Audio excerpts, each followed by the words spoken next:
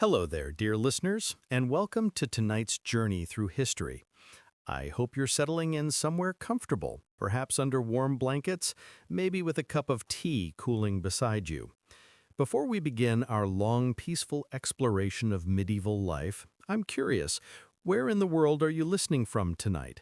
Are you in a cozy bedroom in London, perhaps a small apartment in Tokyo, or maybe a farmhouse somewhere in the American countryside? Wherever you are, I want you to imagine that we're gathering around a warm hearth, just as our ancestors did centuries ago, ready to share stories of how people lived, loved, and survived in times long past. Take a deep breath with me now and let your shoulders relax. Tonight, we're going to travel back nearly 1,000 years to a time when the world was darker, quieter, and in many ways more connected to the rhythms of nature than our modern lives. We're going to discover the remarkable ingenuity and resilience of medieval peasants, ordinary people who faced extraordinary challenges with nothing but their wit, their community, and the ancient wisdom passed down through generations. Let me paint a picture of a small English village in the year 1347, just before the Great Plague would change everything.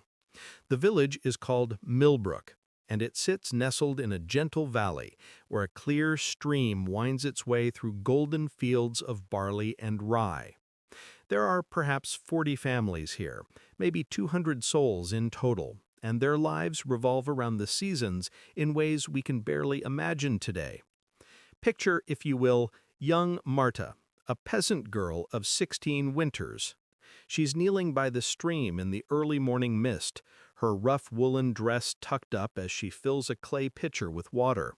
Her hands are already chapped from the October cold, and she knows that soon much colder days will come.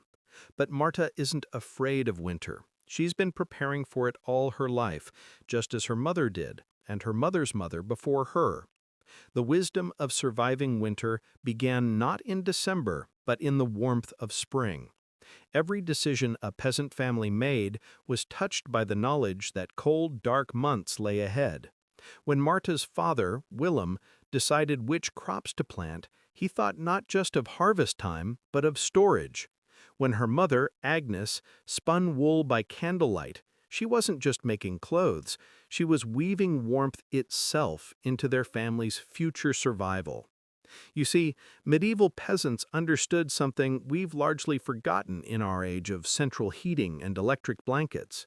They knew that warmth wasn't just about fire, it was about planning, community, and making the most of every resource nature provided.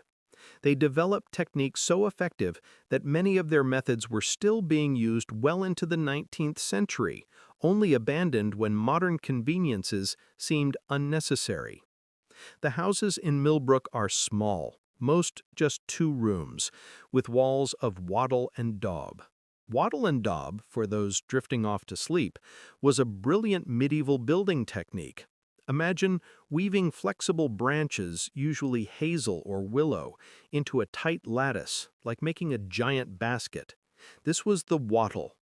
Then came the daub, a mixture of clay, animal dung, straw, and sometimes even animal hair, all mixed together into a thick, sticky paste.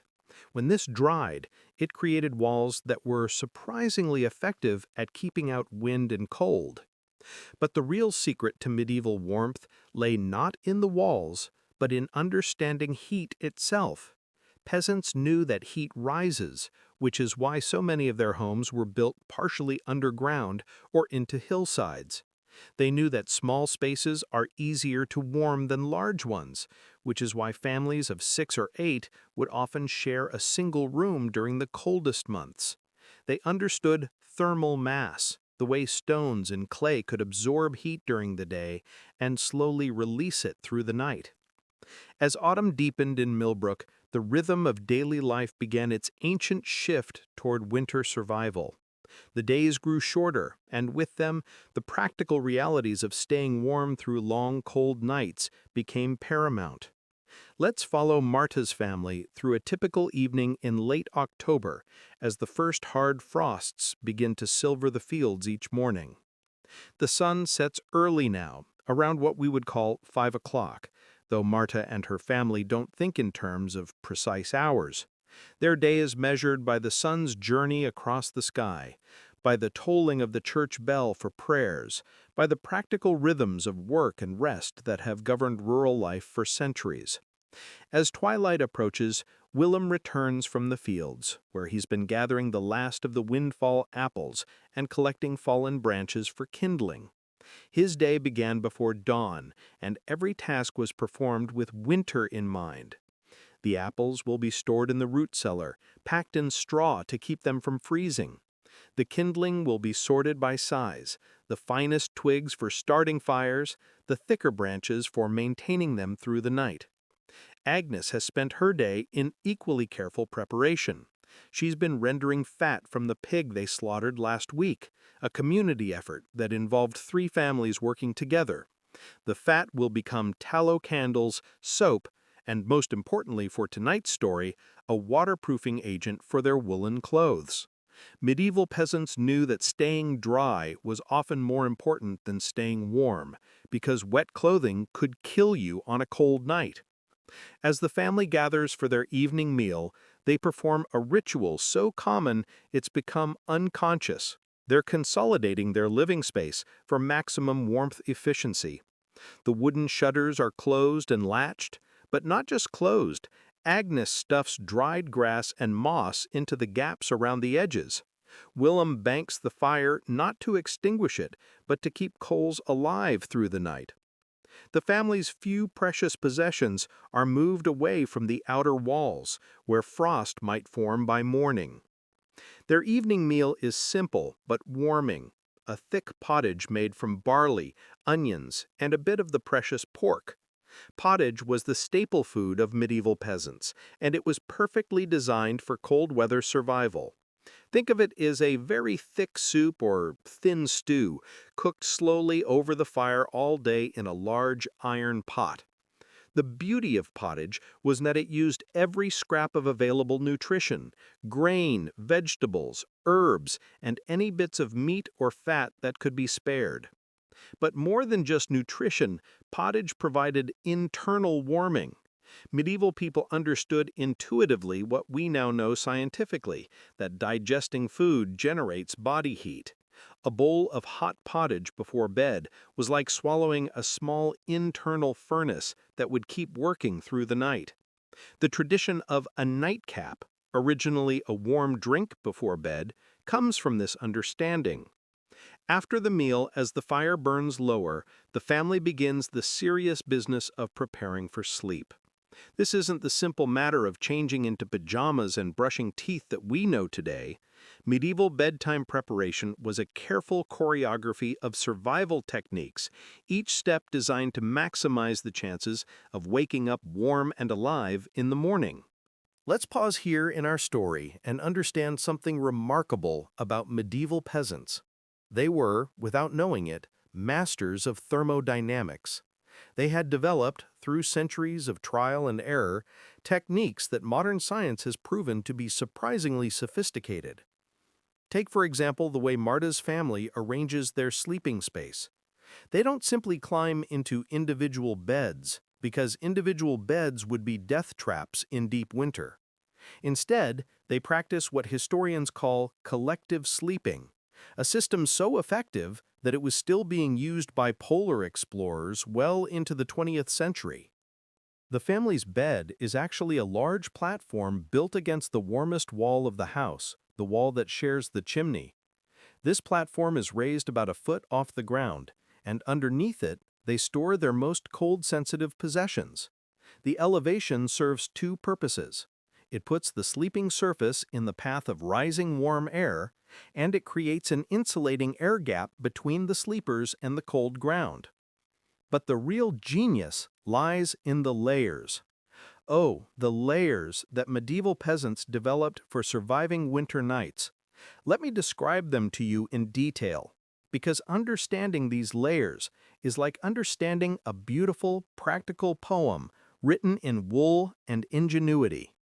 First, there's the foundation layer, a thick mattress made of straw, constantly refreshed as it compacts and decomposes. But not just any straw. Experienced peasants knew that oat straw was superior to wheat straw for bedding because it stayed springier longer and had fewer sharp edges. The straw was often mixed with dried herbs, not just for pleasant scent, but because many herbs had mild insecticidal properties that helped keep fleas and lice at bay.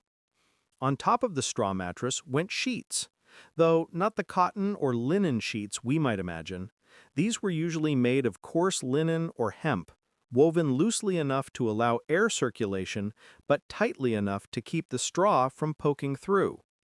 These sheets were precious possessions, often passed down through generations, and they were washed only a few times a year because the process of washing in cold water with harsh soap was so hard on the fabric.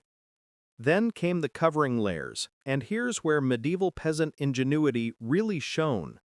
The primary covering was wool, thick, heavy woolen blankets that had been carefully prepared through a process that modern outdoor enthusiasts are rediscovering. The wool was not just shorn and woven, it was fulled.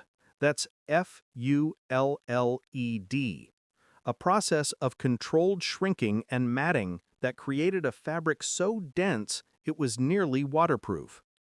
But wool alone wasn't enough for the coldest nights. Medieval peasants developed a system of layered covering that worked on the same principle as modern down sleeping bags. Over the wool blankets went furs, not the expensive ermine and sable of the nobility, but practical furs from animals the peasants could trap or raise themselves. Rabbit fur, sheepskin with the wool still on, even carefully prepared pig hide. The outermost layer was often a specially prepared covering made from multiple rabbit pelts sewn together, fur side in.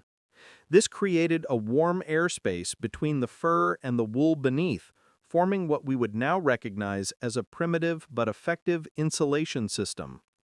Some families were wealthy enough to own a coverlet filled with down from their own geese, but most relied on wool and fur.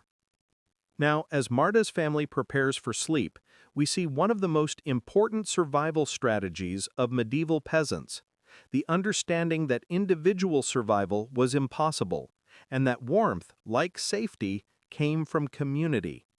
Willem and Agnes don't simply tuck their children into separate beds and wish them good night. Instead, the entire family, parents, Marta, her younger brother Peter, age 12, and little Greet, who is only 7, arrange themselves on the sleeping platform according to a careful system developed over generations.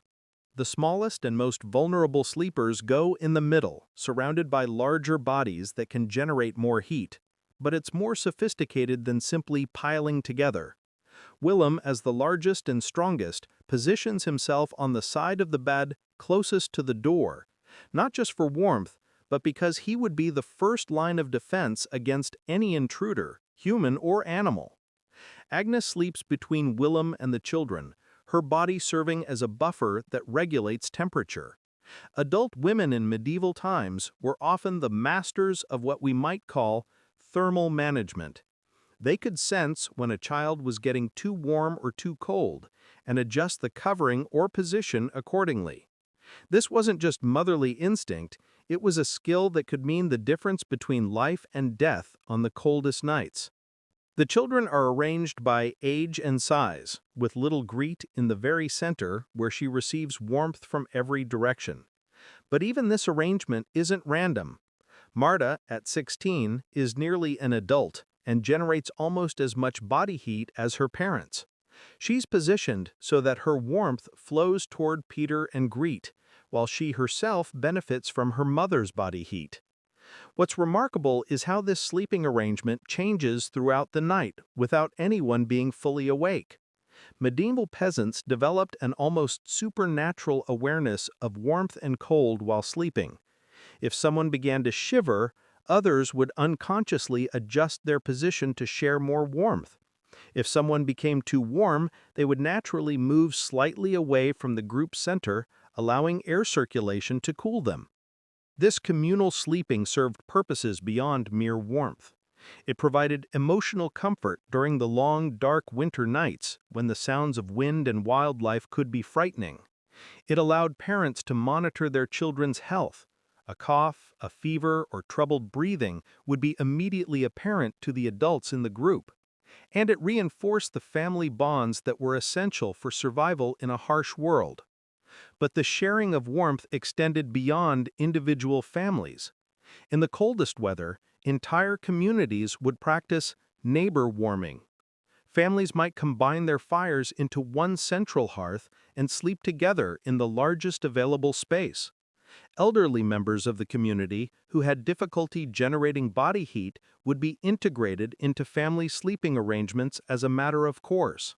There are records from particularly harsh winters of entire villages essentially hibernating together in the largest buildings, usually the church or the manor hall.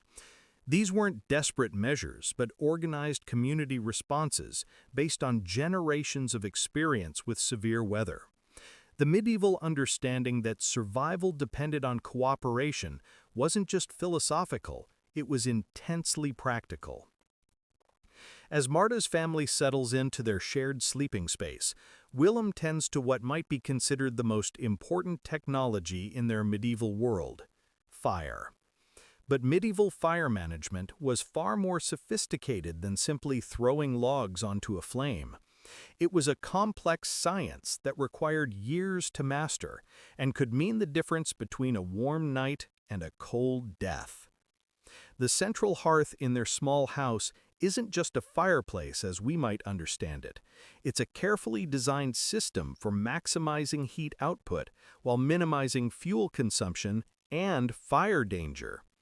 The hearth itself is built of stones, carefully selected not just for their ability to withstand heat, but for their thermal mass properties. Some stones hold heat better than others, releasing it slowly throughout the night. Around the hearth, Willem has arranged what medieval people called heat stones, large rocks that spend the day absorbing warmth from the fire. As bedtime approaches, these stones are carefully moved using wooden tongs and cloth wrappings. Some are placed around the edges of the sleeping platform, creating a perimeter of radiating warmth. Others are wrapped in thick wool and placed at the foot of the bed, serving as primitive hot water bottles that will keep feet warm for hours. But the real art lies in banking the fire for overnight burning. This isn't simply a matter of adding more wood. Willem carefully arranges the coals and unburned wood in a specific pattern, then covers the entire fire with a layer of ash and even dampened earth or turf. This creates a controlled environment where the fire continues to burn very slowly, consuming minimal fuel while maintaining a steady temperature. A properly banked fire could burn for 12 hours or more on a single loading of fuel. The skill lay in creating just enough airflow to keep the combustion alive, but not enough to make it burn quickly. Too much air and the fuel would be consumed in a few hours, leaving the family cold by dawn. Too little air and the fire would die entirely, which could be catastrophic if it was the only source of ignition in the house. Medieval peasants also understood the different burning properties of various woods and organic materials. Oak burned hot and long, but was often too precious to use for everyday heating. Birch bark made excellent kindling because of its natural oils. Pine and other resinous woods burned hot, but could be dangerous in a confined space because of their tendency to pop and spark. For night burning, peasants often used what they called night fuel, materials specifically chosen for their slow, steady burning properties. This might include compressed peat, dried cow dung mixed with straw, or specially prepared log sections that had been partially charred to slow their combustion rate. In some regions, families would prepare night logs by soaking wood in water, then partially drying it, creating fuel that would smolder for hours without flames. The management of fire was so critical that most families had elaborate backup plans. Hidden throughout the house would be small caches of the finest kindling, kept absolutely dry and ready for use. Every family member old enough to be trusted knew where these emergency fire-starting materials were kept. Some families maintained relationships with neighbors for specifically fire security. If one family's fire died, they could quickly borrow coals or flames from another. There were even community fire keepers in some villages, usually elderly people who were too old for heavy labor but could be trusted with the critical task of maintaining a central fire that could rekindle any family hearth that went cold. The phrase, keeping the home fires burning, comes directly from this medieval understanding that fire was not just comfort but life itself. As the family settles deeper into their shared warmth, let's take a moment to understand the remarkable clothing that medieval peasants developed for cold weather survival. What they wore to bed was just as carefully considered as how they arranged their sleeping space, and the techniques they developed were so effective that many are still used by outdoor enthusiasts today. Marta doesn't change into special sleeping clothes because the concept of pajamas won't be invented for centuries. Instead, she practices what we might call layered sleeping, a system of adding and removing clothing based on temperature needs throughout the night. Her base layer is a long linen chemise, a loose-fitting garment that extends from her neck to her ankles. Linen was chosen for this innermost layer, not just because it was relatively comfortable against the skin, but because of its remarkable properties for temperature regulation. Linen absorbs moisture from the body and allows it to evaporate, preventing the dangerous cooling that can occur when sweat-dampened clothing turns cold. Over the chemise, Marta wears what her family calls her night kirtle, a loose woolen dress that serves as her primary insulating layer. This garment is specifically designed for sleeping, with wide sleeves that can be pulled over her hands and a loose fit that allows for the air circulation necessary for warmth without overheating. But the real innovation in medieval cold weather clothing was in the accessories. Marta wears a woolen cap that covers not just her head, but her neck and ears as well. Medieval peasants understood, long before modern medicine proved it, that a huge amount of body heat is lost through the head and neck. The cap she wears is knitted in a specific pattern that creates small air pockets, adding insulation while remaining flexible enough to be comfortable for sleeping. On her feet, Marta wears thick woolen stockings that extend all the way up to her thighs, held in place with garters. But these aren't just for warmth. They're part of a circulation system designed to prevent frostbite. The stockings are knitted loosely enough to allow blood flow, but tightly enough to provide insulation and support. Over the stockings, she wears what her family calls night shoes, soft leather slippers lined with rabbit fur and stuffed with dried grass or moss. These can be worn to bed and will keep her feet warm even if she needs to get up during the night. The leather soles are soft enough to be comfortable for sleeping, but sturdy enough to provide protection if she needs to walk to the privy or tend the fire.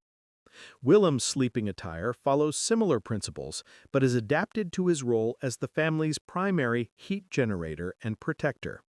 His base layer is a linen shirt similar to Marta's camise, but cut shorter and looser to allow for the greater heat production of his larger body. Over this, he wears a woolen tunic that can be easily removed if he becomes too warm during the night.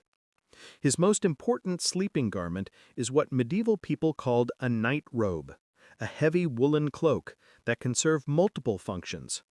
It's his primary covering while sleeping, but it can also be quickly wrapped around him if he needs to get up during the night to tend the fire or investigate strange sounds. The night robe is designed to be put on and taken off without disturbing the other sleeping family members. Little Greta, being the most vulnerable to cold, wears the most layers of all. Her tiny body loses heat more quickly than the adults, so she's dressed in what amounts to a textile insulation system.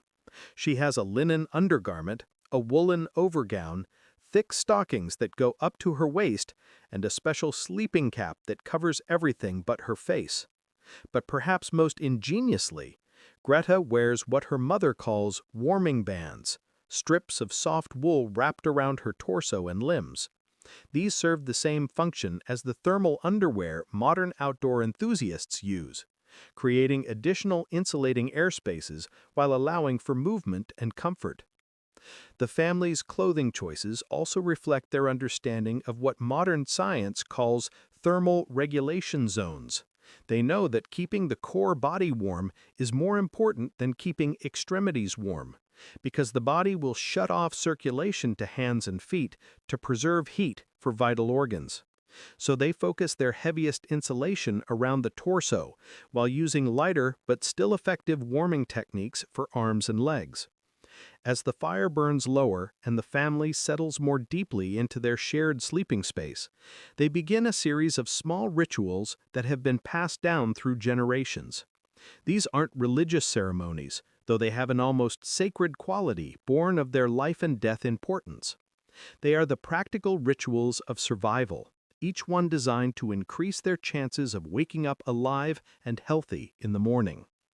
Agnes begins by checking each family member's extremities, hands, feet, nose, and ears. She's looking for the early signs of frostbite or dangerous cooling, but she's also assessing each person's heat generation. Willem's hands are still warm from his work tending the fire, so she knows he's generating good heat. Marta's feet are cold, so Agnes rubs them briskly and makes sure they're positioned to receive warmth from one of the heated stones. This physical assessment isn't just maternal concern, it's medical triage based on centuries of accumulated knowledge about cold weather survival. Agnes can tell by touch whether someone is generating enough heat to survive the night, and she knows what interventions to take if they're not. Little Greta's hands are concerning. They're quite cold, and the child seems lethargic. Agnes immediately implements what her own mother taught her. She places Greta directly against her own body, skin to skin, under their shared clothing, and begins massaging the child's arms and legs to stimulate circulation. She also gives Greta a small cup of warm milk that has been kept near the fire, precious nutrition that will fuel internal heat production through the night. Willem performs his own ritual check of their survival systems. He tests the draft around the shuttered windows, adding more moss stuffing where needed.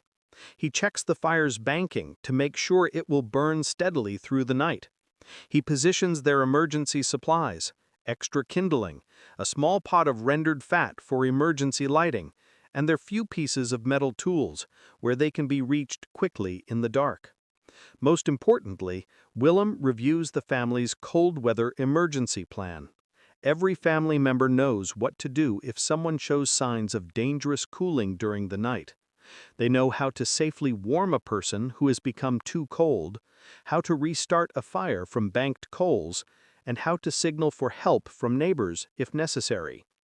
Marta performs what might seem like the simplest ritual, but is actually one of the most important. She braids her long hair tightly and wraps it in a cloth cap. This isn't vanity. Loose hair can become damp from breathing and body heat, then freeze, creating a dangerous cooling effect around the head and neck. By containing her hair, she eliminates this risk, while also creating additional insulation around her head. The family also practices what they call breath warming, a technique for using their own respiration to create additional heat. They position themselves so that their warm breath naturally flows toward the coldest family members. They've learned to breathe slowly and deeply during the night, maximizing the warming effect of their exhalations while avoiding the cooling that comes from rapid or panicked breathing. As they settle into sleep position, the family performs one final ritual. They test their ability to move and communicate without fully waking. Each person practices the hand signals and gentle touches they use to indicate needs during the night. A specific touch means, "I'm too cold." Another means, "I need to get up." Another means, "Something is wrong." This communication system allows them to respond to each other's needs without the disruption of full wakefulness that could lead to dangerous heat loss. They can shift positions, share warmth, or adjust coverings while remaining in the warm, drowsy state that conserves energy and maintains body temperature. Finally, as they drift toward sleep, each family member performs a mental ritual. They visualize the next morning's awakening. They picture themselves waking up warm and healthy. They plan their first movements upon waking, and they remind themselves of the signs that would indicate they need immediate help. This mental preparation isn't superstition.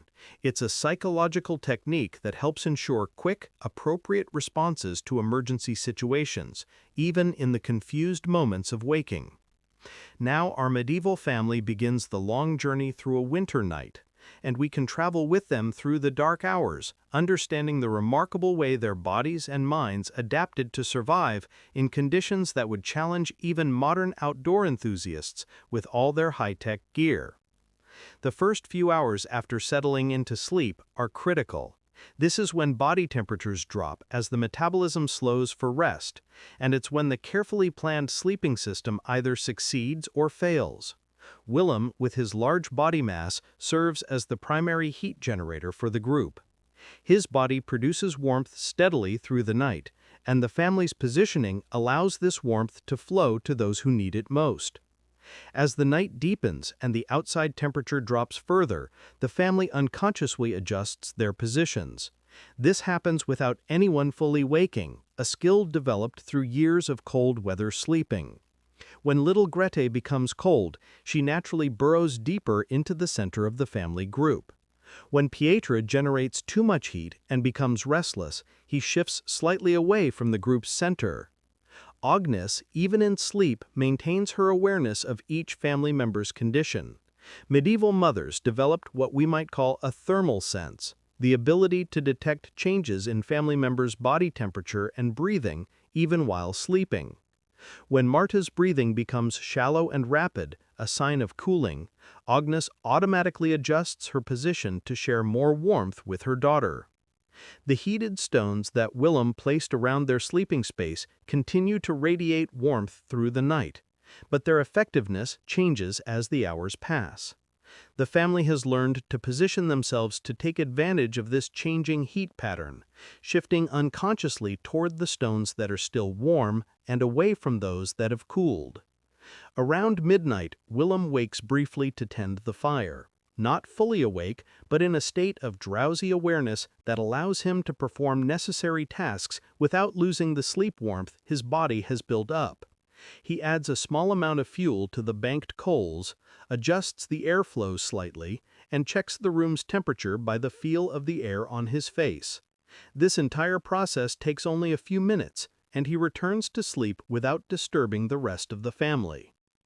This middle-of-the-night fire tending was a skill passed down from father to son through generations.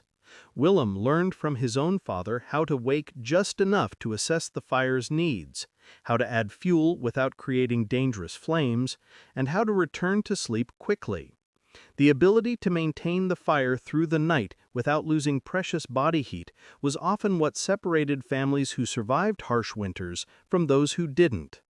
As the night reaches its coldest point, usually in the hours just before dawn, the family's sleeping system faces its greatest test. This is when outside temperatures are at their lowest, when the fire has burned down despite Willem's tending, and when the body's natural temperature drops to its nighttime minimum. But the family's preparation pays off. Their layered clothing system traps warm air close to their bodies.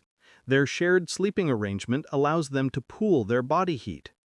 The banked fire continues to provide a steady low heat that keeps the house from becoming dangerously cold. The heated stones, though no longer hot, still provide gentle warmth that makes the difference between comfort and survival. Throughout these dark hours, their bodies perform remarkable adaptations. Their metabolism slows to conserve energy, but not so much that they can't generate necessary heat. Their circulation adjusts to keep vital organs warm while allowing some cooling in extremities. Their breathing becomes deep and slow, warming the air they breathe while minimizing heat loss. Most remarkably, their minds remain partially alert to danger even in deep sleep. Medieval peasants who survived learned to sleep with what we might call a survival awareness, the ability to detect sounds, temperature changes, or other family members' distress even while genuinely asleep. This allowed them to respond quickly to emergencies without spending energy on full wakefulness during normal conditions. As dawn approaches and the family enters their lightest sleep phase, they begin the gradual process of warming back up for the day.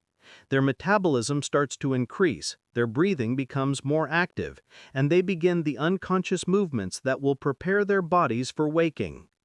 As the first pale light begins to filter through the cracks around the shuttered windows, the family enters what might be the most dangerous part of their night, the awakening process. Getting up on a cold morning without proper technique could undo all the careful warming they had maintained through the night and could even be dangerous to their health. Agnes is typically the first to reach full wakefulness, her body's internal clock finely tuned to the rhythms of household management. But she doesn't immediately leap up and begin the day's work. Instead, she lies quietly for several minutes assessing the family's condition and the house's temperature. She can tell by the quality of the air whether the fire has survived the night, whether the outside temperature has dropped dangerously low, or whether any family member needs immediate attention. Her first movement is to gently check little Grete, who, as the smallest family member, is most vulnerable to nighttime cooling. She places her hand on her chest to feel her breathing and body temperature. Grete is warm and breathing deeply. The night's warming system has worked. She performs similar quick checks on the other family members, using touch to assess their condition without fully waking them. Only when she's satisfied that everyone has survived the night safely does Agnes begin the careful process of getting up. She doesn't throw off the covers and leap to her feet. Such sudden exposure to cold air could cause dangerous shock to her system. Instead, she slowly moves to the edge of the sleeping platform while keeping most of her body covered. From this position, she reaches for her day clothes, which have been kept warm all night by being placed under the edge of the family's covers. Medieval peasants learned never to put on cold clothing first thing in the morning. The shock could stop the heart in elderly people, and it would immediately undo the night's careful temperature management. Agnes's technique for getting dressed on a cold morning is like a carefully choreographed dance. She slides one arm out from under the covers, quickly puts it into a warm sleeve, then slides it back under the covers to re-warm before repeating the process with the other arm. She does the same with her legs, putting on stockings and shoes one at a time while keeping the rest of her body warm. As she moves about the house, beginning her morning tasks, Agnes is careful to maintain what medieval people called morning heat, the body warmth built up during the night.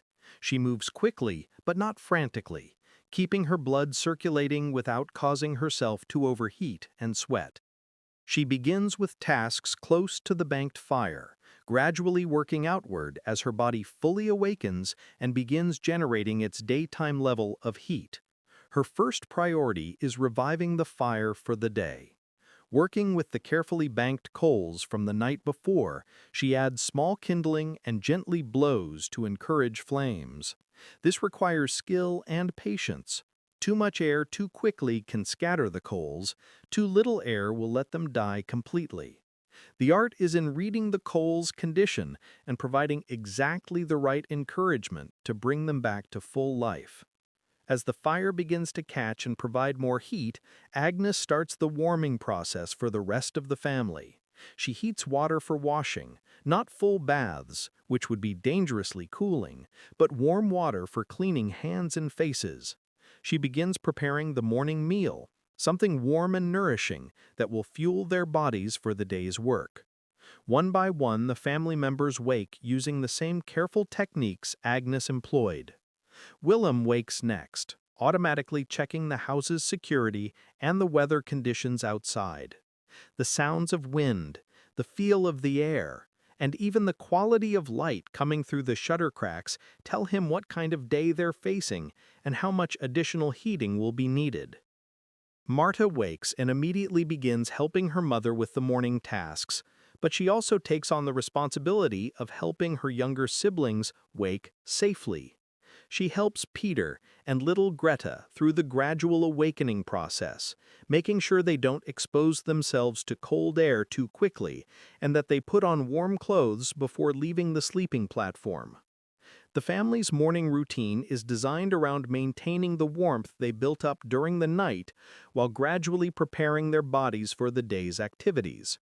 They eat their warm breakfast while still in their sleeping area, allowing their bodies to fully warm up before venturing into the colder parts of the house or outside. This gradual awakening process could take an hour or more on the coldest mornings, but it was time well spent. Families who rushed their morning routine often found themselves cold and uncomfortable all day, and they were more susceptible to the illnesses that cold weather could bring. As we follow the family through their careful morning routine, it becomes clear that surviving medieval winter nights was about much more than just staying warm for 8 hours. It was part of a complete seasonal lifestyle that recognized the deep connections between human survival and natural rhythms. The techniques that kept Marta's family warm through the night were interwoven with everything else in their lives. The animals they raised, the crops they grew, the clothes they made, the food they preserved, the fuel they gathered. Every aspect of their existence was touched by the knowledge that winter survival depended on preparation that began in spring.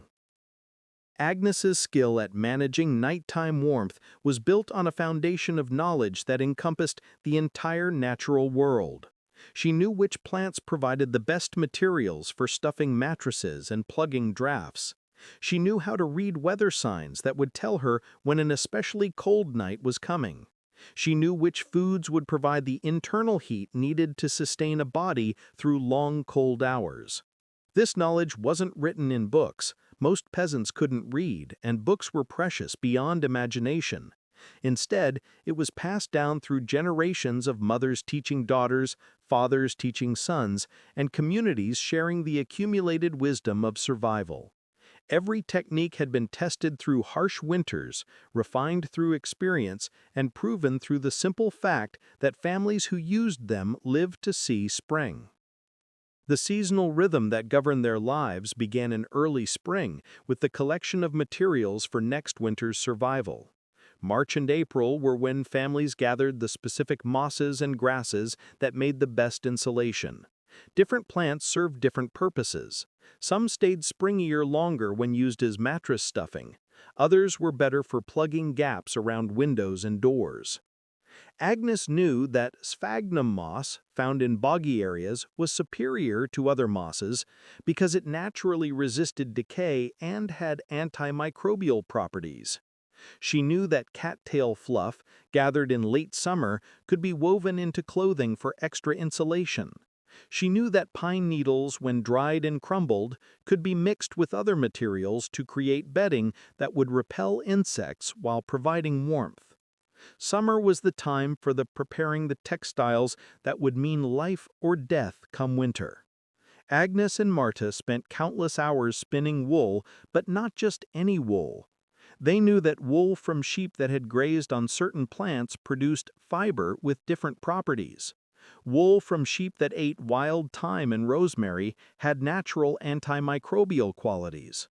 Wool from sheep that grazed on salt marshes was naturally water resistant. The spinning itself was done with winter survival in mind. Agnes would spin some wool very tightly for outer garments that needed to resist wind and moisture. Other wool she would spin more loosely, creating yarn that would trap more air and provide better insulation. She would even spin some wool with plant fibers mixed in. Nettle fibers for strength, flax fibers for moisture management, and even rabbit fur for extra softness and warmth. Fall was the time for the great preparations that would determine how well the family survived the coming cold months.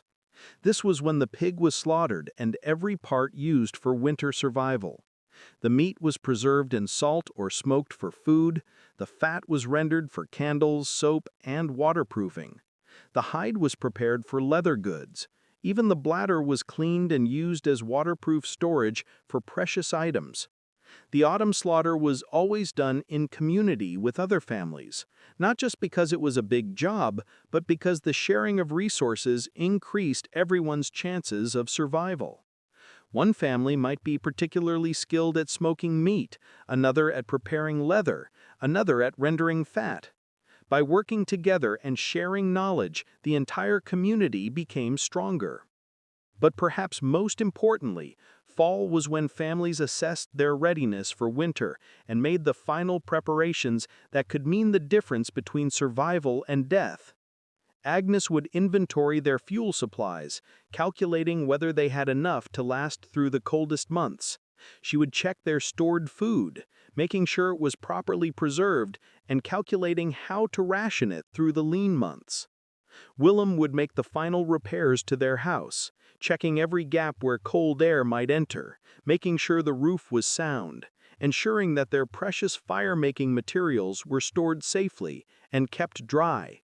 He would also prepare what peasants called their emergency stores, hidden caches of food, fuel, and fire-making materials that could save the family if their main supplies were somehow lost or damaged. As winter deepened in Millbrook, the survival techniques that kept individual families warm through the night expanded into community-wide strategies that ensured the survival of the entire village. The medieval understanding that individual survival was impossible extended beyond single families to encompass entire communities, creating networks of mutual support that were as essential as fire and warm clothing. The village's approach to winter survival was coordinated in ways that might surprise us today. Every family's preparation was part of a larger plan that took into account the village's total resources and the varying needs of different households. Families with many strong adults would take on extra fuel gathering for families with elderly or sick members. Families with particular skills, like Willem's expertise with fire management, would share their knowledge and even their direct help with neighbors. There was, for instance, the village's fire chain, a network of households arranged so that if any family's fire died during the night, they could quickly obtain coals or flames from nearby neighbors. This wasn't just a matter of convenience, it was a life and death emergency system. The loss of fire on a cold night could mean the death of an entire family, so the community had developed protocols for fire sharing that could be implemented even in the middle of the night. Agnes served as one of the village's warmth keepers, experienced women who had proven their skill at cold weather survival and who could be called upon to help families in crisis. If a family had a member showing signs of dangerous cooling, or if children or elderly people were struggling to stay warm, Agnes might be summoned even in the depths of night to provide her expertise. These warmth keepers carried with them knowledge that went beyond what any single family possessed. They knew techniques for reviving people who had become dangerously cold, methods for treating frostbite, and ways to assess whether someone could survive a cold night or needed emergency intervention. They also carried emergency supplies, extra warming stones, specially prepared warming foods, and even portable braziers that could provide temporary heat while more permanent solutions were arranged. The village also practiced what we might call strategic sleeping during the coldest periods. When temperatures dropped to dangerous levels, families would combine their resources and sleep together in the warmest available buildings. The church, with its stone construction and central location, often served as an emergency warming center where multiple families could pool their body heat, fuel, and food to survive extreme cold. But this communal sleeping wasn't just for emergencies. Throughout the winter, families would regularly share sleeping space as a way of conserving fuel and maximizing warmth. Children might be sent to sleep with families that had particularly good heating, while adults from those families might help other households with fuel gathering or fire management. This created a complex web of mutual obligation and support that bound the community together. Young people like Marta played special roles in the community's winter survival system. Teenagers and young adults had the energy and mobility needed to move between households during cold weather, carrying messages, sharing resources, and providing help where it was needed. They also served as the community's early warning system, trained to recognize the signs of families in distress and to summon help quickly. Marta and the other young people of the village had been taught specific routes through the community that could be traveled safely even in deep snow and bitter cold. They knew where emergency supplies were cached, which houses had the most reliable fires, and which community members had special skills that might be needed in crisis situations. The elderly members of the community, while they might need help staying warm themselves, served as the repositories of survival knowledge. Old people, like Willem's father Thomas, were consulted on everything from weather prediction to the best techniques for preparing winter clothing. Their knowledge was so valuable that the community went to great lengths to keep them alive and comfortable through the winter months. Thomas, at nearly 70 years old, could no longer do heavy physical work, but his knowledge of winter survival was encyclopedic.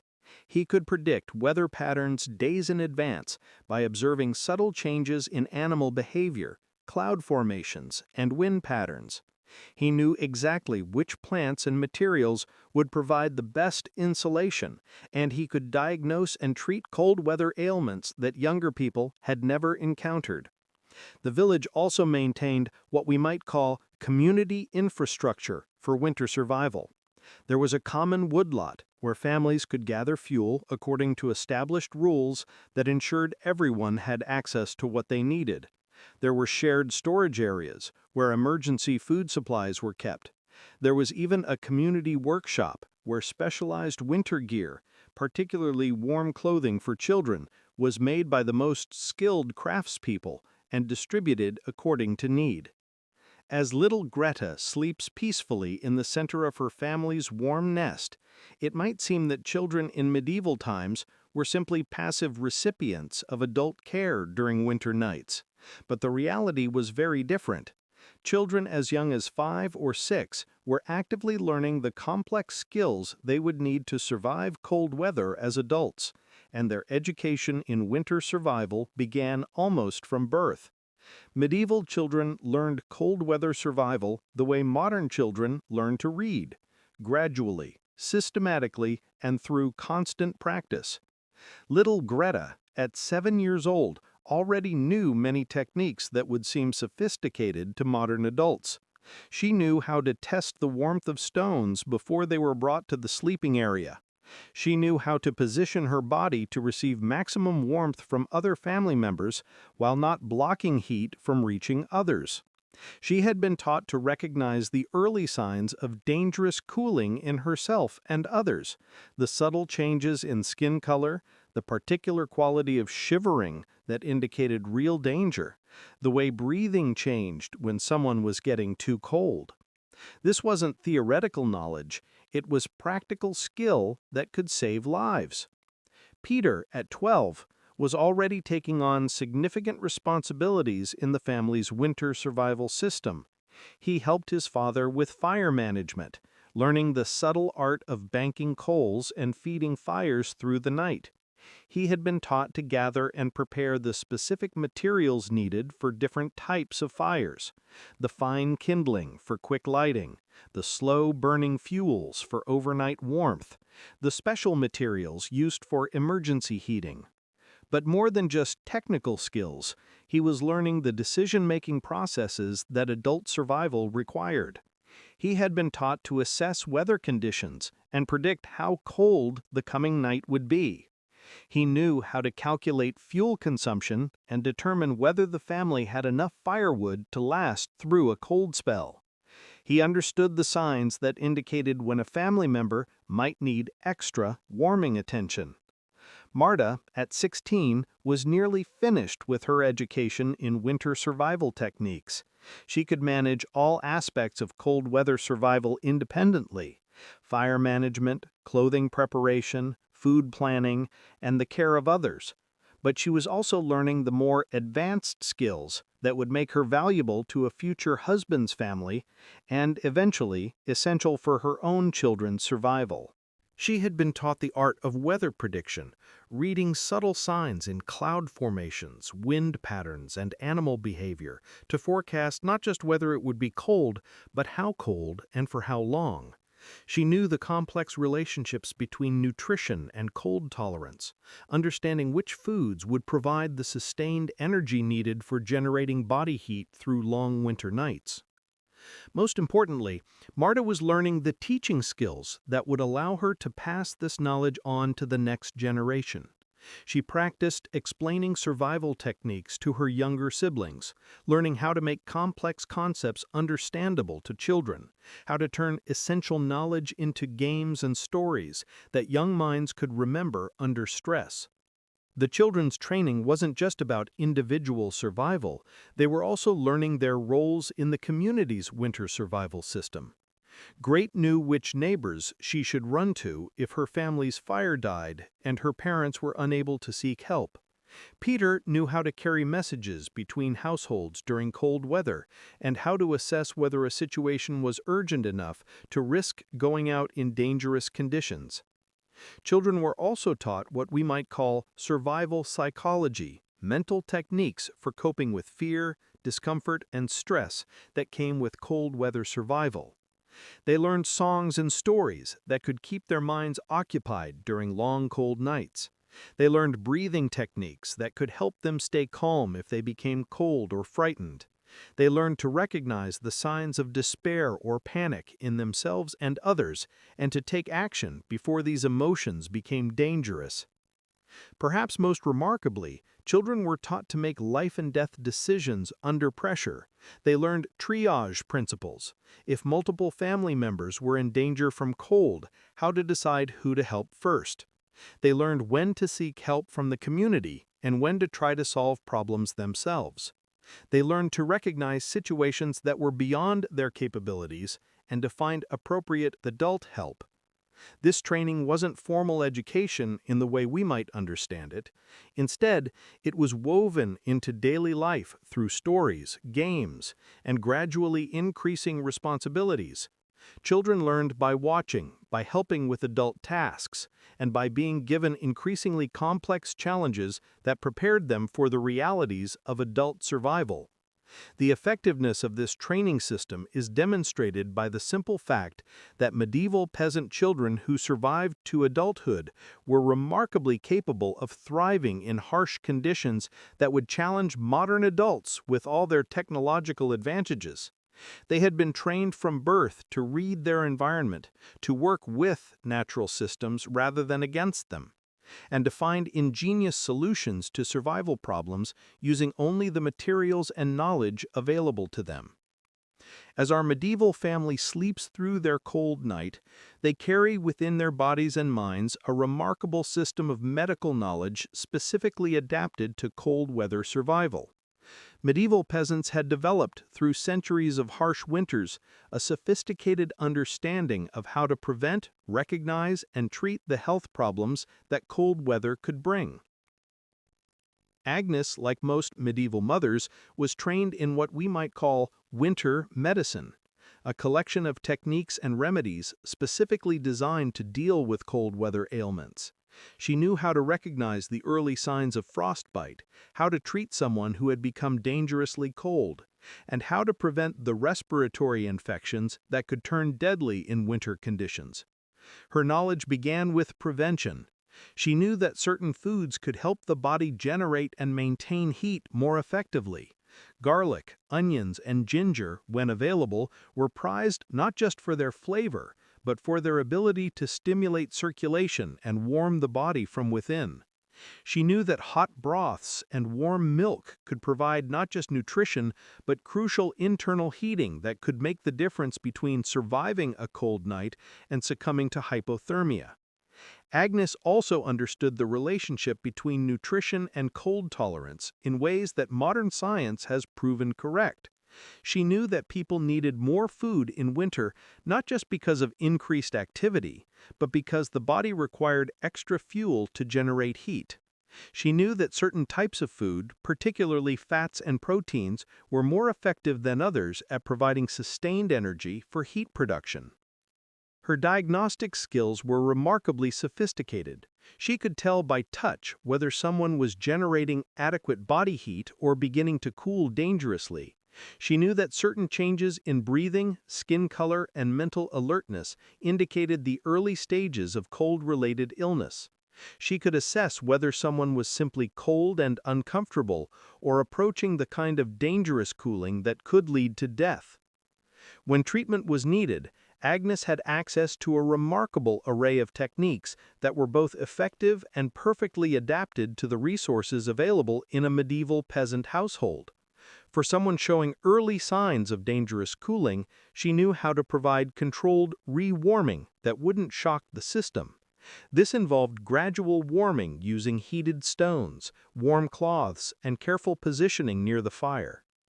She knew that people who had become very cold should not be warmed too quickly, because rapid rewarming could be as dangerous as the cold itself. Instead, she would use a careful process of gradual temperature increase, monitoring the patient's condition constantly and adjusting the warming rate based on their response. For frostbite, Agnes had treatments that sound almost modern in their approach. She knew never to rub frostbitten areas, understanding that this could cause additional damage. Instead, she would use gentle warming with lukewarm water, careful protection of the affecting areas, and specific herbal preparations that helped promote healing and prevent infection. Her herbal knowledge was extensive and specifically focused on cold weather applications. She knew which plants could be used to make warming teas that stimulated circulation. She knew how to prepare herbal compresses that could treat cold-related injuries. She knew which herbs could help prevent the respiratory infections that often followed exposure to cold. Willow bark, for instance, was used not just for pain relief, but for its anti-inflammatory properties that could help treat the tissue damage caused by severe cold. Elderberry preparations were used to boost the body's resistance to infection. Pine needle tea provided essential vitamins that helped maintain health during the long months when fresh vegetables weren't available. Agnes also understood the psychological aspects of cold weather survival and health. She knew that fear and despair could weaken the body's ability to generate heat and resist cold-related illness. She had techniques for keeping family members calm and hopeful during dangerous situations, understanding that mental state could literally mean the difference between life and death.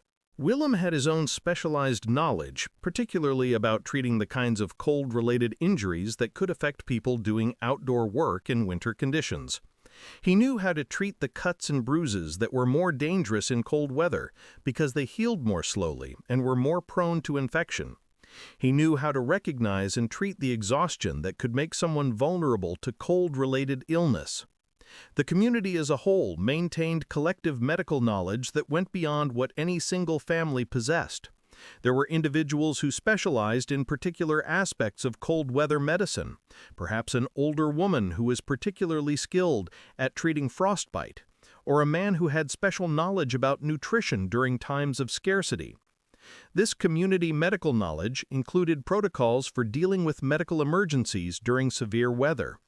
The village had procedures for getting help to families when traveling was dangerous, techniques for treating multiple cold-related casualties if a severe storm struck, and methods for maintaining the health of the community when resources were scarce.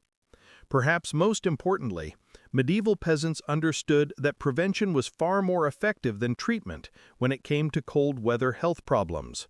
Their entire lifestyle was designed around preventing cold-related illness rather than simply treating it after it occurred. The clothing systems, sleeping arrangements, nutrition practices, and daily routines we've been exploring were all, fundamentally, preventive medicine. As the long winter night stretches on and our family sleeps peacefully in their shared warmth, we should understand that their survival depended on more than just physical techniques. Medieval peasants had developed a rich oral tradition of stories, songs, and collective memory that served not just as entertainment, but as a crucial psychological tool for surviving the dark, cold months of winter. During the long evenings before sleep, as the family gathered around their fire, they would share stories that served multiple purposes.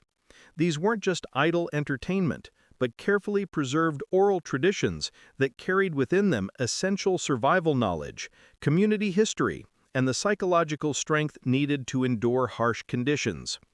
Many of the stories told in peasant households were what we might call survival narratives, tales of families and communities who had survived particularly harsh winters, devastating storms, or other natural disasters. These stories served as both instruction and inspiration, teaching practical techniques while demonstrating that survival was possible even under the most challenging conditions. Agnes might tell the story of her own grandmother, who had survived the terrible winter of 1315, when crop failures led to widespread famine. The story would include practical details about how her grandmother had found food during the starving months, how she had kept her family warm when fuel was scarce, and how the community had worked together to ensure that everyone survived until spring. But the story would also carry deeper messages about resilience, ingenuity, and hope. It would demonstrate that even when conditions seemed impossible, human creativity and determination could find solutions. It would reinforce the values of community cooperation and mutual support that were essential for survival. And it would provide a model of how to maintain hope and purpose even in the darkest times. Willem would share stories passed down from his father and grandfather, tales of remarkable hunting expeditions, of particularly clever solutions to winter problems, of heroic acts of neighbors helping neighbors during emergencies. These stories serve to transmit practical knowledge from one generation to the next, while also reinforcing the community bonds that made survival possible. Young Marta was learning not just to listen to these stories, but to tell them herself. She was being trained in the art of oral tradition, how to remember complex narratives accurately, how to adapt them for different audiences, and how to use storytelling as a tool for teaching, inspiring, and binding communities together. The stories told in medieval peasant households weren't just local family histories. They also included folk tales and legends that had been passed down for centuries, but which had been adapted to carry specific survival knowledge. The story of Little Red Riding Hood, for instance, wasn't just a fairy tale. It was a teaching story about the dangers of traveling alone in winter, about the importance of staying on known paths, and about the value of being suspicious of situations that seemed too good to be true. Many folktales contain detailed information about weather prediction, animal behavior, plant identification, and other knowledge essential for survival in a world without modern technology. They were entertaining stories that children loved to hear, but they were also textbooks disguised as entertainment, ensuring that crucial knowledge would be remembered and passed on. The stories also served important psychological functions. They provided mental escape during long confined winter months when families were trapped together in small spaces. They gave people something to think about other than cold, hunger, and the various discomforts of medieval winter life. They created shared experiences that bound families and communities together. Perhaps most importantly, the stories provided what we might call psychological immunization against despair. By hearing tales of others who had survived difficult times, by learning about the ingenuity and resilience of their ancestors, people developed mental strength and emotional resources that they could draw upon when facing their own challenges. The tradition of storytelling also created structure and meaning during the long, dark months of winter. Certain stories were told at specific times. Perhaps particular tales were reserved for the coldest nights, or for times when someone in the family was ill, or for the period just before the spring planting began. This gave rhythm and purpose to time periods that might otherwise have felt endless and meaningless. Children were not just passive listeners to these stories. They were active participants in the oral tradition. They were encouraged to ask questions, to suggest variations, and eventually to tell stories themselves. This participation helped them develop the verbal skills they would need as adults, but it also ensured that they would be able to pass the tradition on to their own children. The stories also served a form of historical record, preserving memories of important events, successful survival strategies, and community wisdom that might otherwise have been lost. In a world where most people couldn't read or write, oral tradition was the primary means of preserving and transmitting knowledge across generations. As our family sleeps through their winter night, they carry in their minds not just the practical knowledge of fire building and warmth sharing, but also these rich narrative resources that give meaning to their struggles and provide hope for better times ahead. The stories that kept them entertained during long evenings also kept them psychologically strong enough to survive whatever challenges winter might bring. As we drift deeper into the night with our medieval family, it's worth understanding how differently they experienced time itself compared to our modern lives. Medieval peasants lived according to natural rhythms that connected them intimately with seasonal cycles, lunar phases, and the daily journey of the sun across the sky.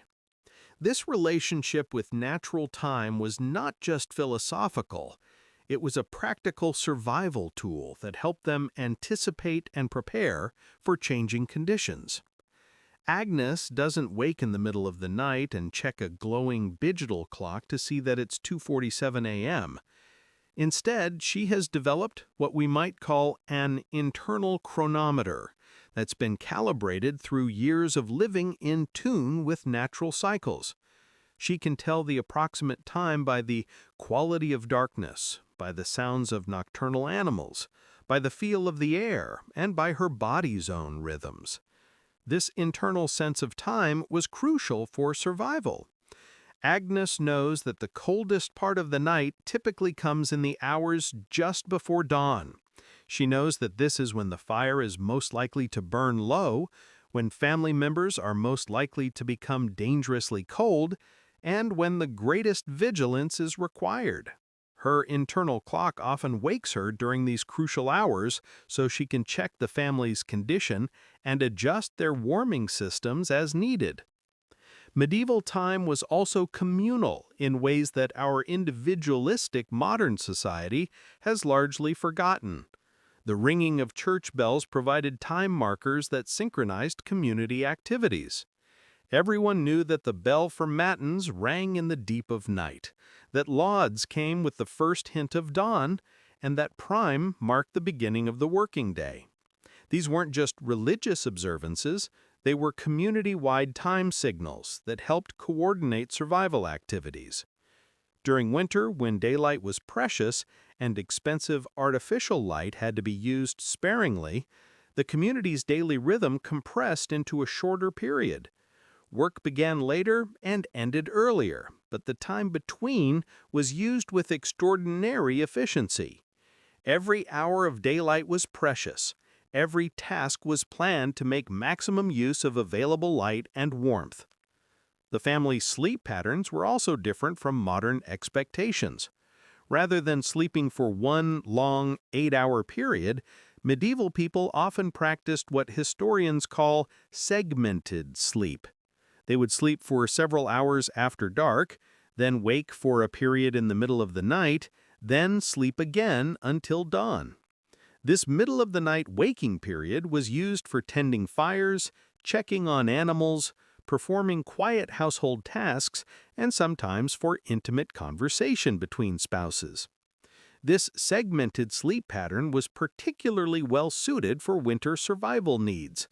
It meant that someone was naturally awake during the coldest, most dangerous hours of the night. It provided opportunities to adjust sleeping arrangements, tend fires, and respond to changing conditions without the grogginess that comes from being suddenly awakened from deep sleep.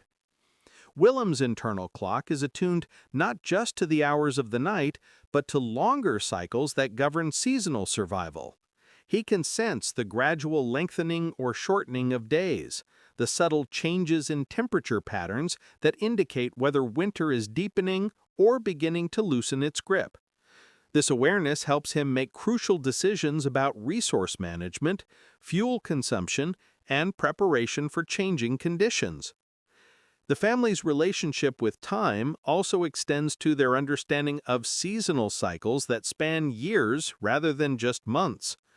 Agnes knows that harsh winters often follow certain patterns, that a particularly mild autumn might predict a severe winter, that certain combinations of weather conditions can indicate whether spring will come early or late. This knowledge, accumulated over generations, helps her make long-term plans for family survival. Medieval peasants also had a sophisticated understanding of what we might call biological time, the rhythms of their own bodies and those of their animals that indicated health, illness, fertility, and other crucial conditions. Agnes can tell by the quality of her own sleep whether she's fighting off an illness that could weaken her cold tolerance. She can assess her family members' health by observing changes in their sleeping patterns, breathing rhythms, and other biological indicators. This intimate knowledge of biological rhythms was particularly important for winter survival because it allowed early detection of health problems that could become dangerous in cold conditions. A child who started sleeping more fitfully than usual might be developing an illness that required immediate attention. An adult whose breathing changed during sleep might need additional warming or medical care. The family's understanding of time also includes what we might call emergency time, their ability to respond quickly and effectively when survival situations develop rapidly. Medieval peasants had to be able to shift instantly from peaceful sleep to emergency action if fire, severe weather, or other dangers threatened their survival. This emergency responsiveness was trained through practice and experience. Family members knew their roles in various emergency scenarios and could implement survival protocols quickly even when awakened from deep sleep. They had developed the ability to assess situations rapidly and make life-and-death decisions under pressure. As our family moves through their winter night, they're not just surviving the immediate challenges of cold and darkness, they're participating in ancient rhythms of time and season that connect them to generations of ancestors who survived similar challenges, and they're maintaining the knowledge and skills that will help future generations face whatever challenges may come. As we continue our journey through this medieval winter night, it's important to understand that every aspect of staying warm involved careful economic calculation. For peasant families like Willem and Agnes's, warmth wasn't just a matter of comfort, it was one of their largest expenses, requiring constant trade-offs between immediate needs and long-term survival. The family's approach to winter heating was based on what we might call a warmth budget, a careful calculation of available resources balanced against anticipated needs. Willem had spent much of the autumn calculating exactly how much fuel would be needed to keep his family alive through the winter months, factoring in the size of their house, the expected severity of the weather, and the efficiency of their heating systems. This wasn't guesswork. It was sophisticated resource management based on generations of accumulated knowledge. Willem knew from experience that a house their size would require approximately so many cartloads of wood for cooking and heating through an average winter. He knew how to adjust this estimate based on weather predictions, the number of family members, and the condition of their house's insulation. But fuel was just one part of the equation. The warm clothing that kept the family alive through cold nights represented a significant investment of time, materials, and skill. Agnes had calculated the hours of spinning, weaving, and sewing required to keep her family properly clothed. She had budgeted the wool from their few sheep, the flax they grew for linen, and the precious materials they had to purchase or trade for. The economic pressures of staying warm affected every decision the family made. When Agnes chose which clothes to mend and which to replace, she was making survival calculations. A worn cloak that might last one more winter versus the time and materials needed to make a new one. Shoes that were getting thin versus the leather needed for repairs. Every textile decision was a life and death economic choice. The family's food budget was also intimately connected to their warmth needs. People living in cold conditions need more calories, particularly fats and proteins that can fuel internal heat production. Agnes had to balance nutritional needs against available resources, making sure her family had enough fuel for their internal fires, while still maintaining enough stored food to last through the lean months of late winter and early spring. Some foods were particularly valued for their warming properties. Ale or weak beer was often considered a necessity rather than a luxury because the calories and nutrients it provided helped fuel body heat production. Meat, when available, was carefully rationed to provide maximum nutritional benefit during the coldest periods. The economics of warmth also involved complex calculations about labor and time. Gathering fuel, preparing insulation materials, making warm clothing, and maintaining heating systems all required significant time investments. The family had to balance these survival tasks against the agricultural work that provided their basic livelihood. Willem's decision about when to spend time gathering firewood versus when to focus on other tasks was based on careful analysis of weather patterns, work priorities, and resource availability. Too much time spent on fuel gathering could mean insufficient attention to other crucial tasks. Too little time could mean inadequate heating resources when they were most needed. The family also participated in what we might call a warmth economy with their neighbors and community. They traded labor for fuel, shared specialized knowledge about heating techniques, and participated in cooperative efforts that helped everyone survive more efficiently. Willem might spend a day helping a neighbor gather wood in exchange for assistance with house repairs that would improve his family's heating efficiency. This community warmth economy included sophisticated sharing arrangements that helped ensure everyone survived the winter. Families with particularly good heating resources might share warmth with neighbors during the coldest periods. Families with special skills, like Agnes's expertise with warming techniques, might trade knowledge for materials or labor. The economic calculations also involved long-term planning that extended across multiple years. A family might invest extra effort in fuel gathering during a year when resources were abundant, building up reserves that could be used during harsher winters. They might trade current consumption for future security, eating less or staying slightly colder in order to build up resources for later needs. Tools and equipment for staying warm also represented significant investments. Iron pots for heating water, specialized clothing items, bedding materials, and fuel-gathering tools all required careful economic decisions. These items had to be maintained, repaired, and eventually replaced, adding to the ongoing cost of survival.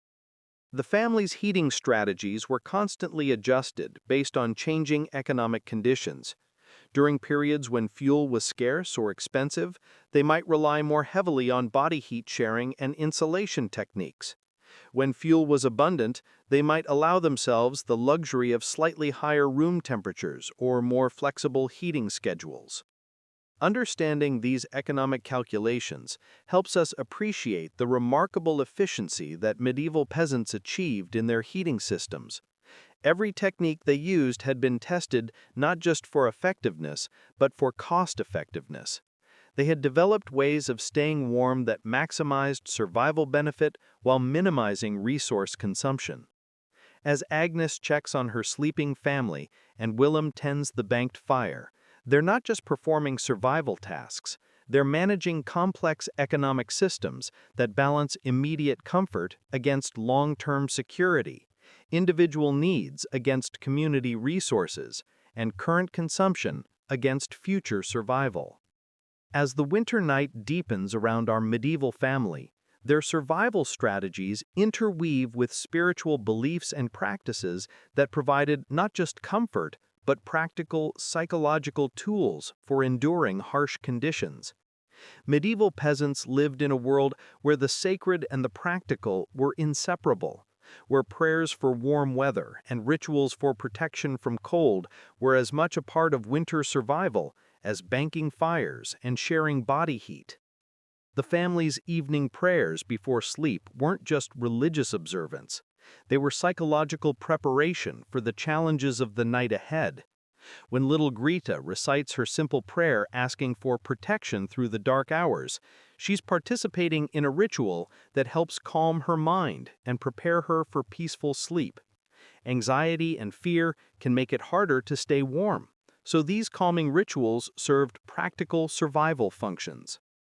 Agnes leads the family in prayers that reflect their intimate connection with seasonal cycles and natural forces. They pray for mild weather, for their fire to burn safely through the night, for protection from the dangers that cold and darkness might bring. These prayers acknowledge human vulnerability while also expressing hope and determination to survive whatever challenges the night might hold. The family's spiritual calendar is deeply connected to the practical realities of winter survival. The Feast of St. Martin in November marks the traditional time for slaughtering animals that won't be kept through winter, a practical necessity that's given sacred meaning through religious observance. The celebrations of Christmas and Epiphany provide psychological bright spots during the darkest months, giving people something to anticipate and prepare for even when conditions are harsh. Willem's understanding of seasonal cycles includes both practical weather knowledge and spiritual awareness of the Church's calendar's rhythm through winter months. He knows that Candlemas in February traditionally predicts whether winter will continue or begin to loosen its grip, practical weather folklore that's been integrated into religious observance. The family's home contains several items that serve both spiritual and practical functions. A small wooden cross on the wall provides religious comfort, but it's also positioned to catch and reflect firelight, helping to distribute light and warmth throughout the room. Holy water blessed at church might be kept in the house not just for spiritual protection, but because the container can serve practical purposes in heating or medical care. Agnes knows prayers and blessings that are specifically associated with fire, warmth, and protection from cold. These aren't just memorized religious formulas, they're psychological tools that help her maintain calm and focus during challenging situations. When she tends the fire in the middle of the night, reciting familiar prayers helps her stay alert and purposeful rather than anxious or fearful. The community's religious observances also serve important practical functions during winter months. Church services provide opportunities for families to gather in a warm building, sharing heat and social connection during isolated winter weeks. Religious festivals give structure and meaning to time periods that might otherwise seem endless and difficult. The shared religious calendar helps coordinate community activities that support winter survival. Everyone knows when certain feast days will provide opportunities for communal meals and shared warmth. Religious obligations that bring people together also create opportunities for checking on elderly or vulnerable community members who might need help surviving harsh weather. Medieval peasants also found spiritual meaning in the natural cycles that governed their survival. The gradual lengthening of days after the winter solstice was not just a practical milestone, it was a spiritual reminder of renewal and hope. The return of longer daylight hours provided both practical benefits for survival activities and psychological benefits for maintaining hope during difficult times. The family's understanding of their place in the larger cosmic order helped them endure hardships with greater resilience. They saw their winter struggles not as meaningless suffering, but as part of the natural order that included both challenges and rewards, both difficulties and eventual relief. This spiritual framework helped them maintain purpose and hope even during the most challenging conditions. Their prayers often included specific requests for practical needs, for their stored food to last through winter, for their animals to survive cold weather, for their neighbors to remain healthy and able to provide mutual support. These prayers acknowledged both human dependence on divine providence and the practical realities of community interdependence. Agnes teaches her children that their survival depends both on their own efforts and on forces beyond their control. This balance between self-reliance and faith helps them take appropriate action while also accepting circumstances they cannot change. It's a psychological approach that reduces anxiety while maintaining motivation to do everything possible to ensure survival. The family's spiritual practices also include rituals specifically designed for protection during sleep and nighttime hours. They might recite particular prayers before bed, make the sign of the cross at specific moments during their nighttime preparations, or perform small rituals that help them feel protected and secure during the vulnerable hours of sleep. These nighttime spiritual practices serve multiple functions. They provide psychological comfort.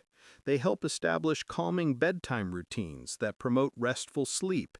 And they reinforce family bonds and shared values that are essential for cooperative survival efforts.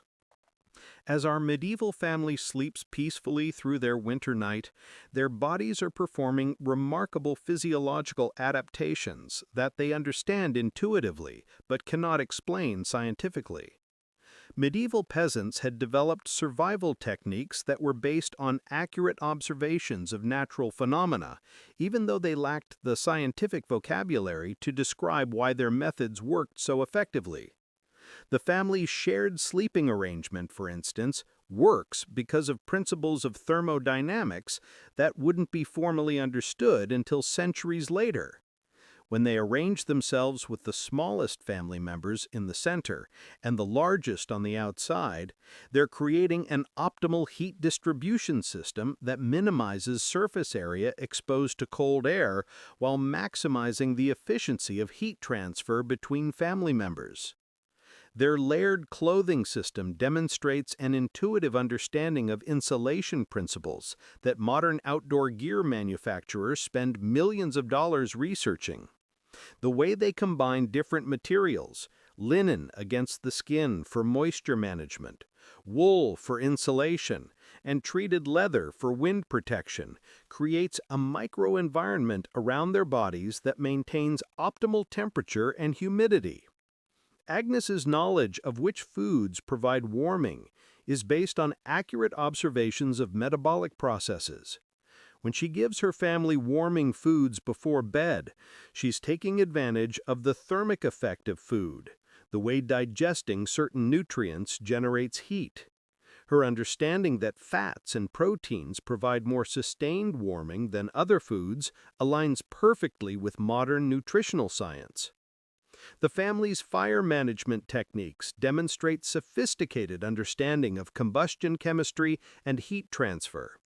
Willem's method of banking coals creates controlled combustion conditions that maximize heat output while minimizing fuel consumption. His selection of different woods for different burning purposes shows detailed knowledge of the varying chemical compositions and burning characteristics of different materials. Their techniques for preventing frostbite and treating cold exposure are remarkably similar to modern medical protocols. Agnes's knowledge that rapid rewarming can be dangerous, her understanding of gradual temperature restoration, and her recognition of the signs of serious cold injury are all consistent with current medical understanding of cold-related health problems. The family's understanding of air circulation and ventilation demonstrates intuitive knowledge of respiratory physiology and air quality management. They know that completely sealing their sleeping space would lead to dangerous accumulation of carbon dioxide and moisture, so they maintain careful balance between insulation and ventilation that keeps them warm while ensuring adequate air quality. Their practice of checking each other's condition during the night shows understanding of the signs and symptoms of hypothermia and other cold-related medical emergencies. They can recognize changes in breathing, skin color, and mental alertness that indicate someone needs immediate attention, and they know how to provide appropriate care using only the resources available to them. The family's seasonal planning processes demonstrate understanding of resource management principles and risk assessment techniques that would be recognized today as sophisticated project management. Their ability to calculate fuel needs, food requirements, and material resources across long time periods shows complex analytical thinking and planning skills. Their community cooperation strategies reflect understanding of economic principles and social dynamics that modern researchers study in game theory and behavioral economics. The way they balance individual family needs against community welfare, the systems they've developed for sharing resources and risk, and their methods for ensuring everyone's survival demonstrate sophisticated social organization. Medieval peasants' weather prediction skills were based on careful observation of atmospheric conditions, animal behavior, and seasonal patterns. Many of their traditional forecasting methods have been proven accurate by modern meteorology. They developed reliable techniques for anticipating weather changes that allowed them to prepare for dangerous conditions before they arrived. Their understanding of the relationship between physical comfort and psychological well-being demonstrates insight into psychosomatic medicine. They recognized that fear, despair, and anxiety could weaken the body's ability to maintain warmth and resist illness, so they developed cultural practices and social support systems that maintained mental health as part of physical survival. The family's housing design reflects understanding of architectural principles that modern builders are rediscovering. Their use of thermal mass, strategic orientation to solar gain, and integration of living spaces with heating systems created remarkably efficient structures for cold weather survival using only natural materials and traditional building techniques. Perhaps most remarkably, medieval peasants developed all of this sophisticated knowledge through direct observation and experiential learning, without access to the scientific instruments and theoretical frameworks that modern researchers rely on. Their survival techniques were tested through practical application over hundreds of generations, refined through trial and error, and proven effective by the simple fact that families who used them survived to pass the knowledge on to their children. As modern people, we can appreciate both the remarkable accuracy of medieval survival knowledge and the sophisticated thinking processes that allowed people to develop effective solutions to complex problems using only their own observations and reasoning. The techniques that keep our medieval family warm through this winter night represent centuries of accumulated human wisdom about survival in harsh conditions. As the deepest hours of night embrace our sleeping family, their minds journey through the unique landscape of winter dreams, visions shaped by cold, survival, and the profound connection between their daily lives and seasonal rhythms. Medieval people experienced sleep and dreams differently than we do today, their nocturnal mental landscapes colored by immediate survival concerns and intimate relationships with natural cycles. Little Gret sleeps most deeply of all, her small body conserving energy while her mind processes the day's experiences through dreams that blend reality with childhood fantasy. She dreams of warm sunshine and summer meadows, her sleeping mind providing psychological escape from winter's constraints. But even her dreams carry practical elements. She dreams of finding perfect kindling wood, of fires that never go out, of endless stores of warm bread and heated stones. Her dreams serve important functions for her developing understanding of survival skills. As she sleeps, her mind rehearses the techniques she's been learning: how to bank a fire, how to test the warmth of heating stones, how to recognize signs of dangerous cold. This dream rehearsal helps consolidate her survival education, making crucial skills automatic and instinctive. Peter's dreams are more complex, reflecting his position between childhood and adult responsibilities. He dreams of heroic scenarios where his fire-tending skills save the family from disaster, where his knowledge of winter survival makes him a community hero. These dreams help him process the anxiety that comes with increasing survival responsibilities while building confidence in his growing capabilities. Sometimes Peter dreams of future winters when he'll be the adult responsible for his own family's survival. His sleeping mind works through scenarios and challenges, testing different approaches and solutions. These anticipatory dreams help prepare him psychologically for the adult roles he'll eventually assume. Marta's dreams reflect her approaching adulthood and the complex knowledge she's acquiring about managing a household through winter. She dreams of perfectly organized homes where every survival need is anticipated and prepared for. She dreams of teaching her own children the techniques her mother has taught her. Her dreams help her process the vast amount of survival knowledge she's absorbing and organize it into coherent understanding. Agnes's dreams carry the deeper concerns of adult survival responsibility. She dreams of weather patterns, of resource management, of community relationships that affect her family's welfare. Her sleeping mind continues to work on survival problems, sometimes producing creative solutions that she'll implement when she wakes. Agnes also dreams of her own childhood winters, her sleeping mind drawing on decades of accumulated experience to inform current decisions.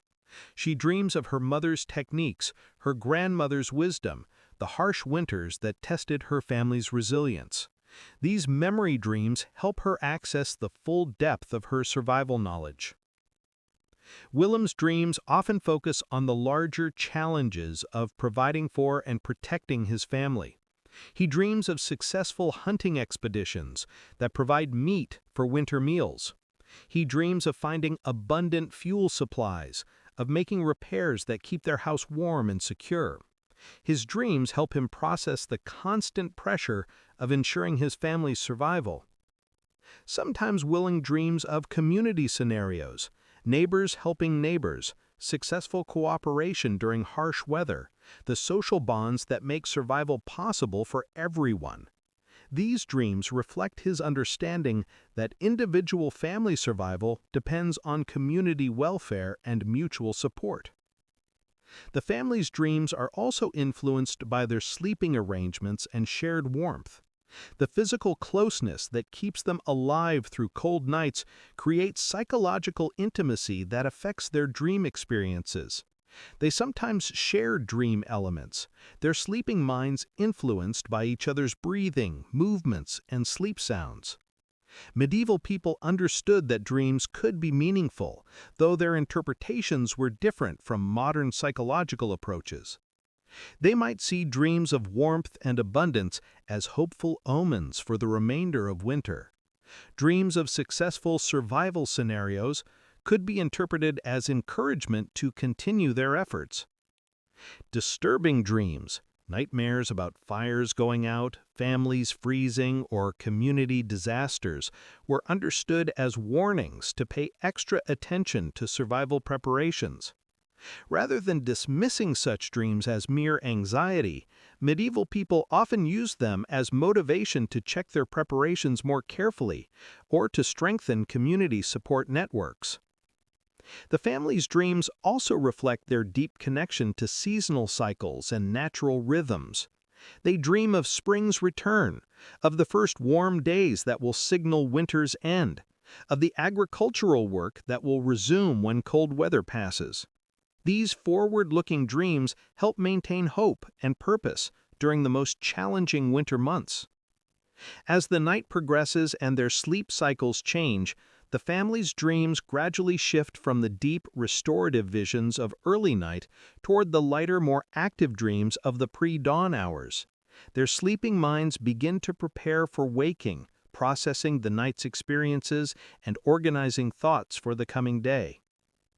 The dreams that accompany them through this winter night serve functions that modern sleep research is only beginning to understand, consolidating survival learning, processing survival anxiety, maintaining psychological resilience, and preserving the complex cultural knowledge that makes their survival possible. As the winter night reaches its deepest point, that profound darkness before dawn when the air is coldest and the world seems most distant from the warmth of day, our medieval family enters the most critical phase of their nightly survival journey. This is when their carefully planned warming systems face their greatest test, when their bodies must work hardest to maintain life-sustaining temperatures. Willem's internal clock brings him to consciousness just enough to assess conditions without fully waking. This partial awakening is a skill developed through years of winter survival, the ability to monitor family safety while preserving the sleep warmth that full wakefulness would dissipate. His trained awareness checks the fire's condition by the quality of heat reaching their sleeping area, evaluates the family's breathing and movement patterns, and assesses the outside temperature by subtle environmental cues. The banked fire has burned steadily through the night, but its heat output has diminished as the carefully arranged fuel has been consumed. He must decide whether conditions require additional fuel or whether the remaining coals will provide adequate warmth until morning. This decision requires balancing immediate heating needs against fuel conservation, family comfort against resource management. Moving with practiced efficiency that minimizes heat loss, he adds just enough fuel to maintain steady warmth without creating the bright flames that would disturb sleeping family members. His movements are economical and precise, each action calculated to achieve maximum heating benefit with minimal disruption to the family's shared warmth. As he tends the fire, he automatically checks each family member's condition. Little Greta remains warm in the center of the family group, her breathing steady and peaceful. Peter has shifted position during sleep, unconsciously moving closer to the heat source as the night grew colder. Marta sleeps deeply, her body efficiently maintaining warmth through the techniques she's learned since childhood. Agnes stirs slightly as Willem moves about, her maternal awareness monitoring the family even in sleep. Without fully waking, she adjusts her position to maintain optimal heat sharing with the children, her body automatically responding to subtle changes in temperature and air circulation. Her unconscious movements demonstrate the remarkable adaptations that medieval families developed for collective survival. The house itself participates in this deepest phase of nighttime survival. The wattle and daub walls, warmed during the day, continue to release stored heat slowly through the night. The thatched roof, layered thick with straw and clay, provides insulation that keeps the precious warmth from escaping upward. The raised sleeping platform positions the family in the warmer air that naturally rises from the fire. Outside, the winter night presents its harshest conditions. Frost forms thick patterns on the shuttered windows. The wind carries the sharp bite of deep cold that could kill an exposed person within hours. Animals huddle together for warmth, just as the human family does, following the same fundamental principles of survival that have governed cold weather existence for millennia. But inside their carefully prepared refuge, the family remains secure. Their layered defense systems, clothing, bedding, shared body heat, managed fire, and insulated shelter work together to maintain the warm microenvironment that keeps them alive. Each element supports the others, creating redundant protection against the cold that threatens outside. The community around them sleeps through similar nighttime rituals. In houses throughout the village, other families maintain their own fires, share their own body heat, and practice their own versions of the survival techniques that have been refined across generations. The entire village forms a network of warm refuges, each family's survival contributing to the community's overall resilience. As this deepest part of the night passes and the family continues sleeping peacefully, they demonstrate the remarkable success of medieval survival techniques. Despite having none of the modern heating technologies we take for granted, they remain comfortable and safe through conditions that would challenge even well-equipped modern adventurers. Their success comes not from any single innovation, but from the integration of multiple techniques into a comprehensive survival system. They have mastered fire, clothing, shelter, nutrition, community cooperation, and resource management. Most importantly, they have learned to work with natural systems rather than against them, using their understanding of heat, insulation, and human physiology to create effective solutions using only the materials and knowledge available to them. As the night moves toward its end, and the first subtle hints of dawn begin to lighten the eastern sky, the family enters the final phase of their winter night's journey, the gradual awakening that will bring them safely back to the challenges and opportunities of a new day. As the winter night slowly loosens its grip, and the first pale hints of dawn begin to touch the eastern horizon, our medieval family begins the delicate transition from sleep to wakefulness. This awakening process is as carefully managed as their evening preparation for sleep, because the way they emerge from their warm cocoon will determine how successfully they begin another day of winter survival. The approaching dawn brings subtle changes that experienced cold weather survivors learn to recognize even in sleep. The quality of darkness begins to shift almost imperceptibly. The sounds of the night world, the hooting of owls, the distant howl of wolves, and the settling sounds of the house itself gradually give way to the first tentative stirrings of diurnal life. Agnes is the first to sense these changes, her internal rhythms finely tuned to the subtle environmental cues that mark the passage from night to day. But she doesn't immediately wake fully or begin moving about. Instead, she allows herself to gradually surface from deep sleep, spending several minutes in the transitional state between sleeping and waking. During this gradual awakening, Agnes performs a mental inventory of the night that has passed. She assesses her own physical condition, checking for any signs of cold-related discomfort or health concerns. She mentally reviews the family's needs for the coming day. What tasks must be accomplished? What resources are needed? What preparation should be made for the following night? As consciousness fully returns, Agnes begins the careful process of physical awakening that will preserve the warmth her body has maintained through the night. She starts with small movements, flexing fingers and toes, stretching muscles that have been still through the night, gradually increasing circulation without sudden exposure to cold air. Her first actual movement is to carefully check little Gret's condition, using gentle touch to assess the child's warmth and breathing without disturbing her sleep. This maternal monitoring continues the vigilance that has protected the family through the night, ensuring that the most vulnerable family member has survived safely. Willem awakens with his own practiced routine. His attention immediately turns to the fire that has protected his family through the dark hours. He can tell by the quality of heat and the subtle sounds of combustion that the banked coals have survived the night successfully.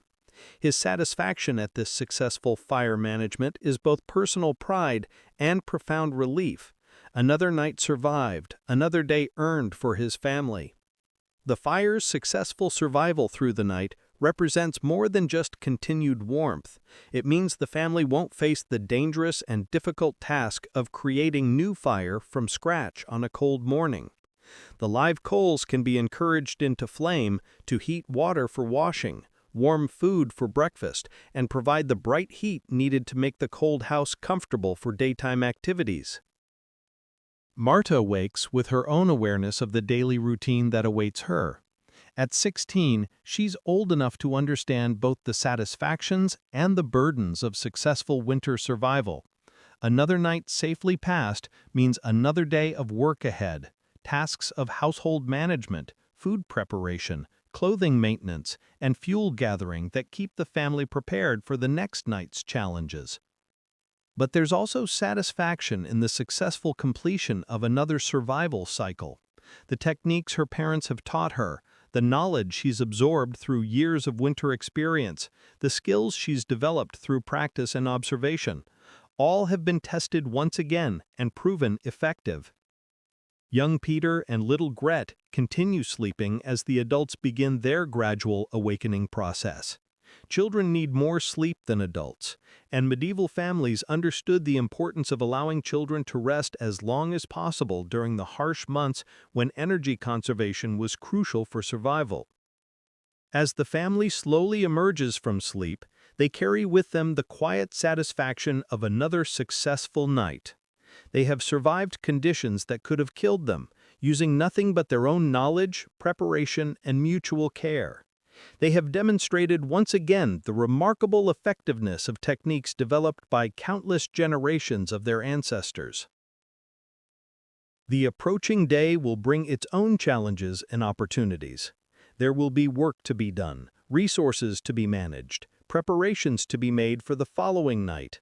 But for now, in these quiet moments of dawn awakening, they can take satisfaction in another night successfully survived, another step closer to the eventual return of spring. Outside their warm refuge, the winter landscape begins its own awakening. Frost glitters on bare branches, smoke rises from chimneys throughout the village, and the first sounds of human activity begin to break the silence of the night. The community that supported each family through the dark hours is beginning to stir, ready to face another day of cooperative survival. As we near the end of our journey through this medieval winter night, we can appreciate the remarkable achievement that this family's survival experience represents. Using only the materials and knowledge available in their time, they have created a system of warmth and safety that protected them through conditions that would challenge even modern technology. As we near the end of our journey through this medieval winter night, it's worth reflecting on the profound lessons that this family's survival experience offers us in our modern world. Though we live in an age of central heating and electric blankets, the fundamental challenges of creating warmth, security, and comfort remain remarkably similar to those our ancestors faced. Perhaps the most striking lesson is the power of preparation and planning. Every aspect of the family's nighttime survival, from their clothing and bedding to their fire management and food supplies, represents months of careful preparation that began with the first warm days of spring. In our modern lives, we rarely plan more than a few days ahead, yet our ancestors understood that survival required thinking in terms of seasons and years. The family's success also demonstrates the importance of working with natural systems rather than against them. Instead of trying to create tropical conditions in their small house, they learned to be comfortable at lower temperatures. Instead of relying on massive fuel consumption, they developed techniques for maximizing the efficiency of limited resources. Instead of depending on individual heating solutions, they created systems that used shared body heat and community cooperation. Their approach to resource management offers valuable insights for our environmentally conscious age. Every bit of fuel was used efficiently. Every scrap of warming material was preserved and reused. Every technique was designed to maximize benefit while minimizing consumption. Their lifestyle demonstrates that comfort and survival are possible, even with dramatic resource constraints. The family's integration of practical and psychological survival techniques reminds us that human beings are not just physical creatures who need warmth and food, but social and spiritual beings who need meaning, hope, and connection. Their storytelling traditions, religious practices, and community bonds were as essential for survival as their heating techniques and warm clothing. Their understanding of individual vulnerability and mutual dependence offers lessons for our increasingly individualistic society. The family's survival depended not just on their own efforts, but on complex networks of community support, shared knowledge, and mutual aid. No one survived winter alone. Survival was always a collective achievement. Perhaps most remarkably, the family's techniques demonstrate that effective solutions to complex problems often require integrating multiple approaches rather than depending on single technological fixes. Their warmth came not from one perfect heating system, but from the careful coordination of fire management, insulation, shared body heat, appropriate clothing, proper nutrition, and community support. As we watch Agnes perform her final check on her sleeping children and Willem add the last fuel to their fire, we see people who have achieved something remarkable. They have created security and comfort in a harsh world using only their own intelligence, preparation, and mutual care. Their success required no external energy sources, no complex supply chains, no dependence on distant resources or technologies beyond their control. They had developed a way of life that was both sustainable and satisfying, both individually fulfilling and socially supportive. The knowledge that enabled their survival was not written in books or stored in computers. It lived in their minds and hands, in their daily practices and seasonal rhythms, in their community relationships and cultural traditions. It was knowledge that could not be lost as long as people continued to practice it and pass it on to their children. Modern people, despite our technological advantages, might well learn from the medieval understanding that true security comes not from controlling our environment, but from adapting skillfully to conditions we cannot change. Their approach to winter survival was based on resilience rather than dominance, on cooperation rather than individual competition, on working with natural limits rather than trying to transcend them. As our long winter night finally gives way to the first light of dawn, we can appreciate both how different our ancestors' lives were from our own and how much we still share with them. The need for warmth, security, and connection remains constant across centuries. The challenges of creating comfort and safety in an uncertain world continue to require the same kinds of intelligence, preparation, and mutual care that enabled our medieval family to survive and thrive. Their techniques may be ancient, but the wisdom behind them remains eternally relevant. That survival and comfort come not from perfect technology or unlimited resources, but from understanding our environment, preparing carefully for challenges, and supporting each other through difficult times. As the first rays of actual sunlight begin to filter through the gaps around the shuttered windows, painting golden streaks across the warm interior of the house, our medieval family completes another cycle in the endless rhythm of winter survival and spring renewal that has governed human life for millennia. Little Great stirs in her warm nest, her child's intuition telling her that something has changed in the quality of light and air. Though many cold weeks still lie ahead before true spring arrives, each dawn represents a small victory, a step closer to the eventual return of warmth and abundance. Agnes rises carefully from the family's shared sleeping space, her movements practiced and efficient as she begins the daily ritual of transforming their nighttime survival refuge back into a daytime living and working space. The fire that protected them through the dark hours will soon be coaxed into bright flames to heat water, warm food, and provide the light needed for the day's tasks.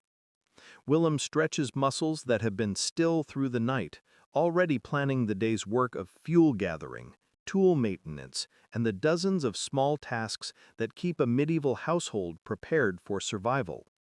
His satisfaction at another successfully completed night combines with anticipation of the productive day ahead. As the family gradually awakens and begins their morning routine, they carry with them not just the immediate satisfaction of surviving another cold night, but the deeper knowledge that they are participants in an ancient cycle of challenge and renewal that connects them to countless generations of ancestors who faced similar struggles and achieved similar victories.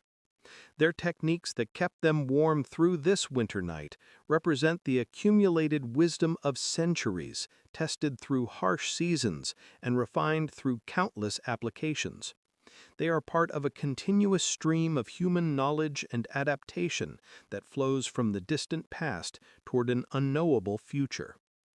Outside their small house, the village of Millbrook begins its own daily awakening.